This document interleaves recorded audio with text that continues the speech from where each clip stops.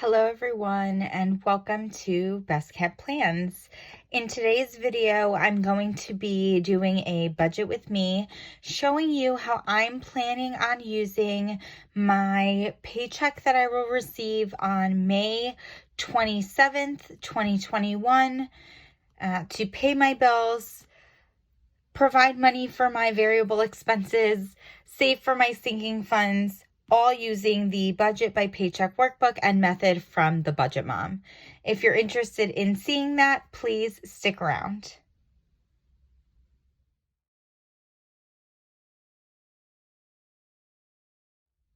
So I thought it would be a good idea to start today's video in the monthly spread in my Budget by Paycheck Workbook. So this is my spread for the month of May. I received my first paycheck on the 13th. I got paid right at the end of April, and so that paycheck at the end of April was used to pay my bills for the beginning of May. My paycheck on the 13th was used to pay the rest of my bills for the month of May, and then my paycheck on the 27th is actually going to be used to pay bills for June. So the only thing I have marked off on this monthly view with regards to my paycheck on the 27th is that I want to make sure I'm saving $54 from my paycheck for one of the Budget Mom's 2021 savings challenges. And then I also want to be saving $45 from one of my cash envelopes for that 2021 savings challenge. I'm going to flip to the month of June so that I can show you guys that the paycheck I received on 5/27 is marked off right here, and every bill that it's going to be used to pay is in this, I guess, magenta color you'd call it. So I am planning on paying my rent, my car insurance, my Hulu, and my Spotify with that paycheck. If I bring you guys to the actual May bill tracker, I'm going to zoom on in.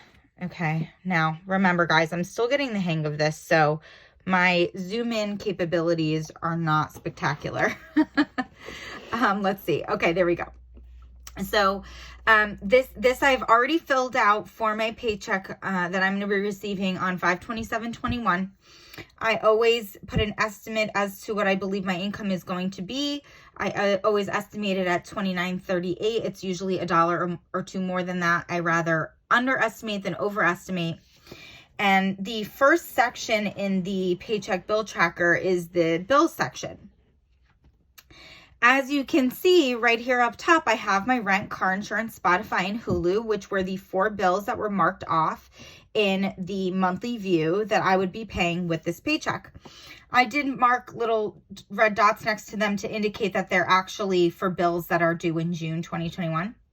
But I also have some other things listed here, some things that I absolutely know I need to have money for that are happening with this paycheck. One of which is the 2021 savings challenge that I need to remove $54 from my paycheck for. I am going on vacation in July. I decided that I needed some clothes for that for a couple of different reasons. One, quarantine has not been good to me from a health perspective, and I have gained a significant amount of weight, and unfortunately I don't fit into most of my clothes. So I need clothes that I'm going to fit into to go on vacation. I've also not bought clothes in well over a year. And so there was a little bit of a treat yourself aspect to this number here. But I did use my Macy's card in order to get a percentage off my purchase, and I do want to pay that bill ASAP. I decided to subscribe to the cloth and paper stationery sub box for the month of June. You may have seen I do have a previous video, and I could put it right up here in the corner, where I did an unboxing for the May subscription box. And I decided to get June's box as well. May is the owner of Cloth and Paper's birthday, and she usually goes all out for that box. The June box is their anniversary box, so they usually go all out for that one as well. So while I'm not planning on continuing with this beyond June, I did want the May and June box. So that was $38. And then I do have a Jack and Jill bridal shower in early June two of my friends are getting married, and so I wanted to put money aside for their for that gift, for their bridal shower gift. I add up all these numbers in the budgeted column. I always round up. If I know exact values, I still always round up. And that brings all of the bills or fixed expenses or things I know I need to have money for, to $1,197. If I subtract that number from my estimated total income up here, it leaves me with $1,741. That number I'm going to bring down to my envelope section, which is my variable expense section of the budget bill or the paycheck bill tracker. I always have the same variable expenses. I always use the same values. I use $200 for groceries, $50 for eating out, $50 for gas, and $200 for miscellaneous.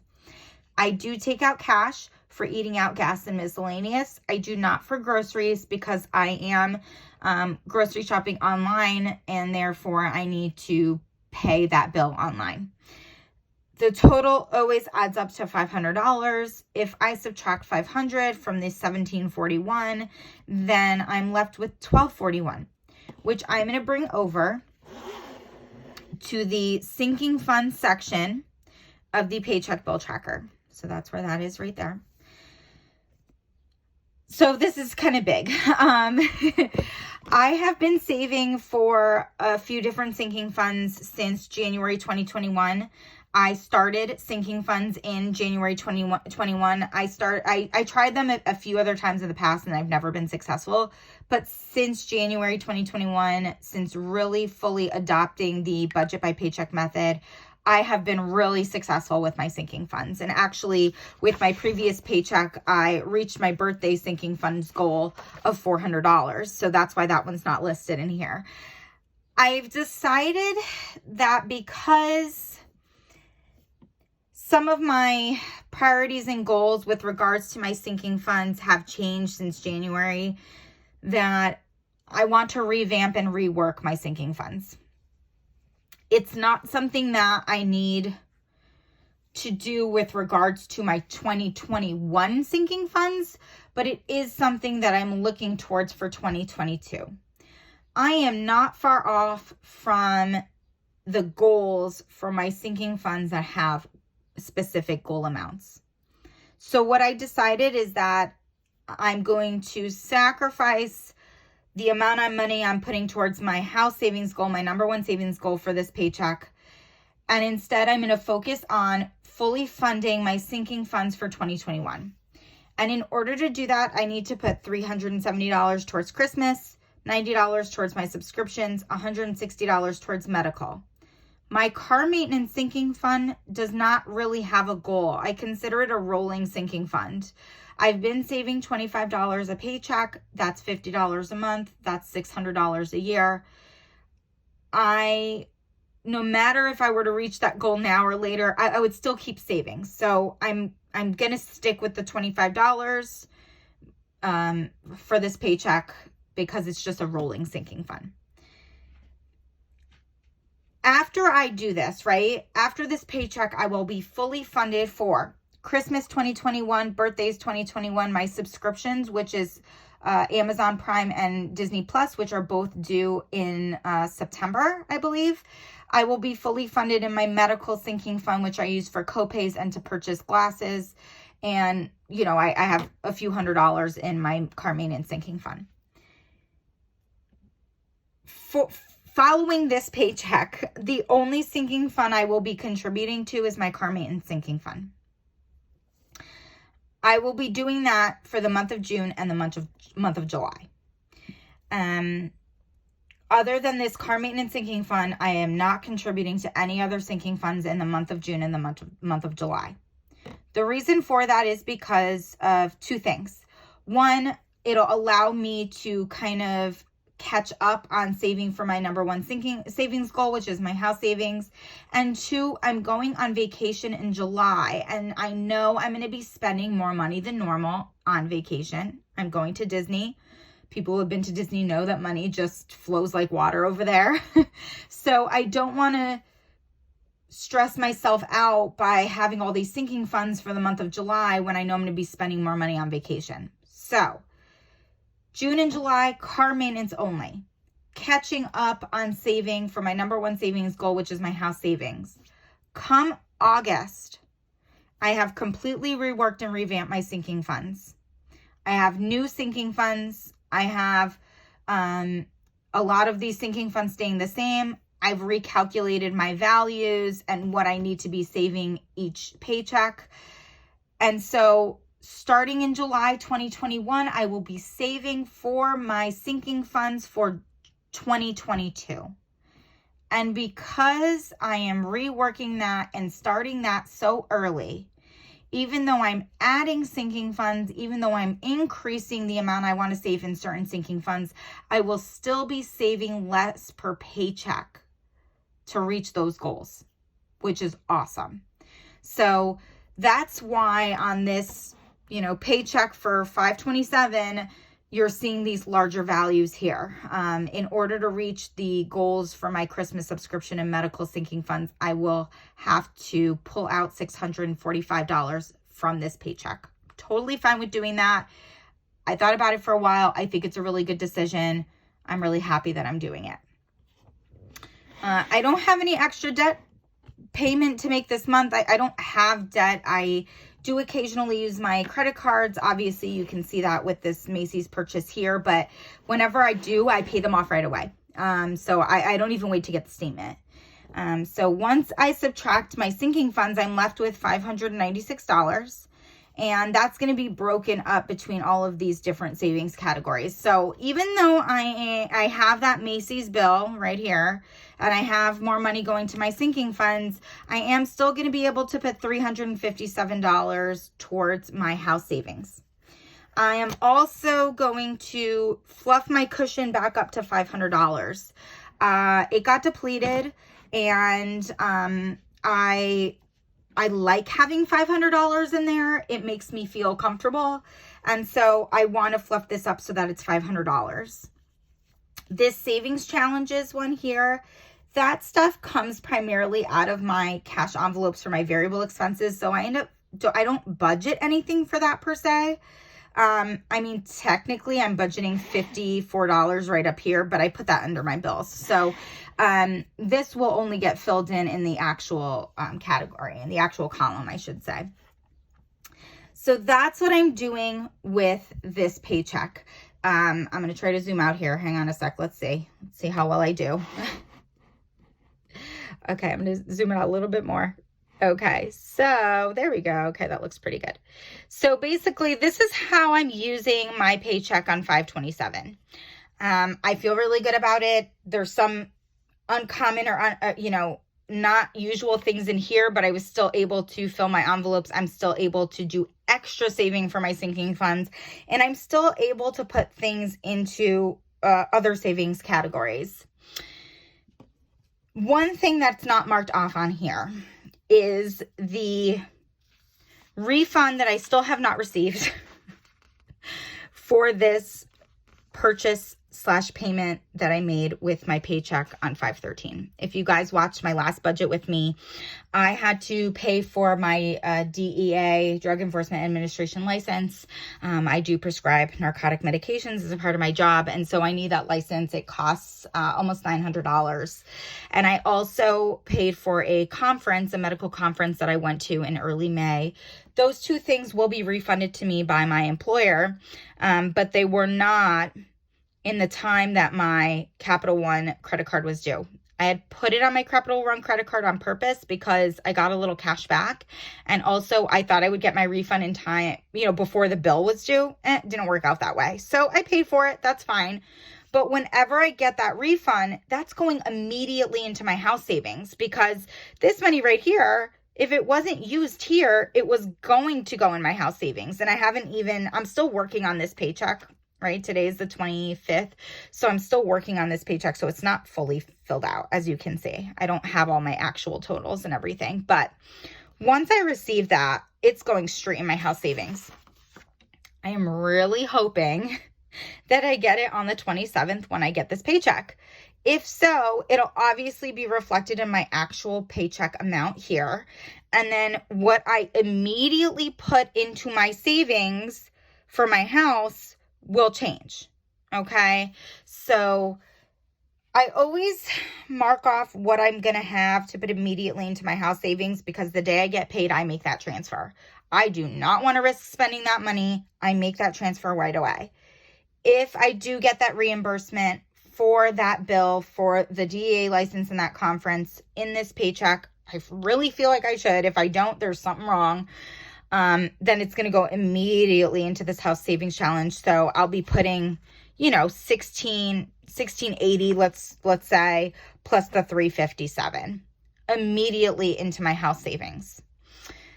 You guys will see that, obviously in my May, recap, and certainly when I do my next, budget with me, I'll comment on it just so you guys know if it actually happened or not.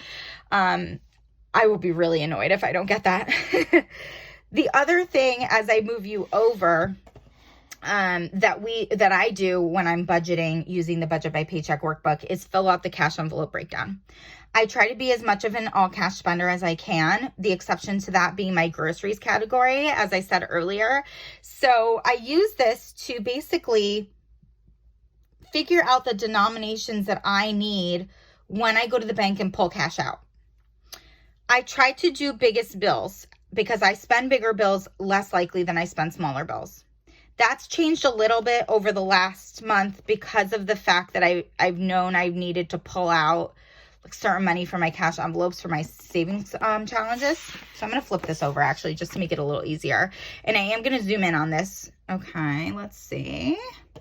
So as I had mentioned before, I will not be taking out cash for my groceries. That's why there's nothing marked off over here.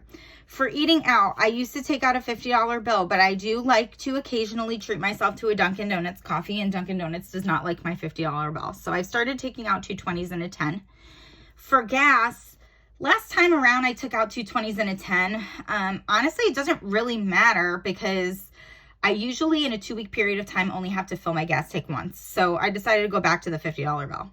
For miscellaneous, I would normally take out $200 bills or a $100 bill and 2 50s, because I know based on my savings challenges that I'm going to have to take out, I think it's $45, or it might be, I think it's $45 for one of the savings challenges. And I know I want to remove that from my miscellaneous envelope. I needed to make sure I had $5 bills. So I broke it down into a $100 bill, a $50 bill, 2 20s, and 2 5s. Okay. For my sinking funds, I try to do the biggest bills as well, just because it's easiest and the least amount of bulk. So I have those listed here. I do take out my rent in cash and pay it in cash. And I always do 300s and 650s. I have the 2021 savings challenge that I am taking directly from my paycheck, and I have that in a 50 and 4 singles. This here. So you didn't see this reflected in my income for my paycheck on the 27th, but on my paycheck for the 13th, I have reflected that my best friend who's going to Disney with me in July reimbursed me for her portion of the cost of the trip. I'm going with her, my mom, and my sister. I booked everything. It was just easiest that way. And so then everybody's reimbursed me. With that reimbursement, I'm pulling the money out in cash because that's what I'm going to use for my spending money while I'm down there. So that's $955. I'm hoping I don't need to spend more than that down there. I will make sure that as my paychecks, as I get closer to that trip in early July, I have allotted other money. I've allotted other money towards spending in Disney if I need it. I I have to see how my checks time out. I'm going to be in Disney for 2 weeks, and I think I'm going to get paid while I'm down there. So at least I know that for, oh gosh, sorry guys, didn't mean to shake that.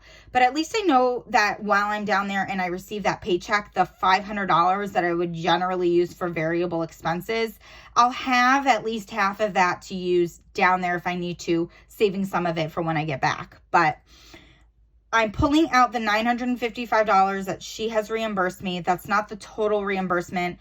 I had to use the other half of it to pay for our Universal tickets because we are going to go to Universal for a day. But that was what was left over, and I'm pulling it out in biggest bills I can, 9 $100 bills, a 50 and a 5, and I'm going to use that for spending money in Disney. I'm also taking out a $100 bill for my Jack and Jill bridal shower that I will be going to. And I'm just going to put the $100 bill on the card. So cash stuffing, that's going to happen later in this week after I get paid. It's going to be bananas. I don't normally take anywhere near this much cash out of my bank account at one time, but you know, with this reimbursement from my friend, with me having to pay rent, it added up. So I'm going to be withdrawing $2,654. And again, I will be coming back to you guys later this week with that cash envelope stuffing, and you'll see me stuff my variable expenses. You'll see me reach all of my goals for my sinking funds, which I'm really excited, and you'll see me stuff my Disney sinking fund as well. So that's what I'm going to be doing with this paycheck. I'm excited. I'm excited, especially about this. And I think it's going to set me up to be in a really good place for saving for 2022. So, thank you all so much for watching. Please check out my other videos if you're interested in seeing some other budget with me, some cash envelope stuffings. And also I did post a couple of things more so related to planning, like my personal planner wallet flip through and the cloth and paper, May subscription box unboxing. So, you'll see me later this week with a Mondo, who uses the word Mondo, but Mondo cash envelope stuffing over here, which I'm really looking forward to. Everybody, please stay safe, and I'll see you soon. Bye-bye.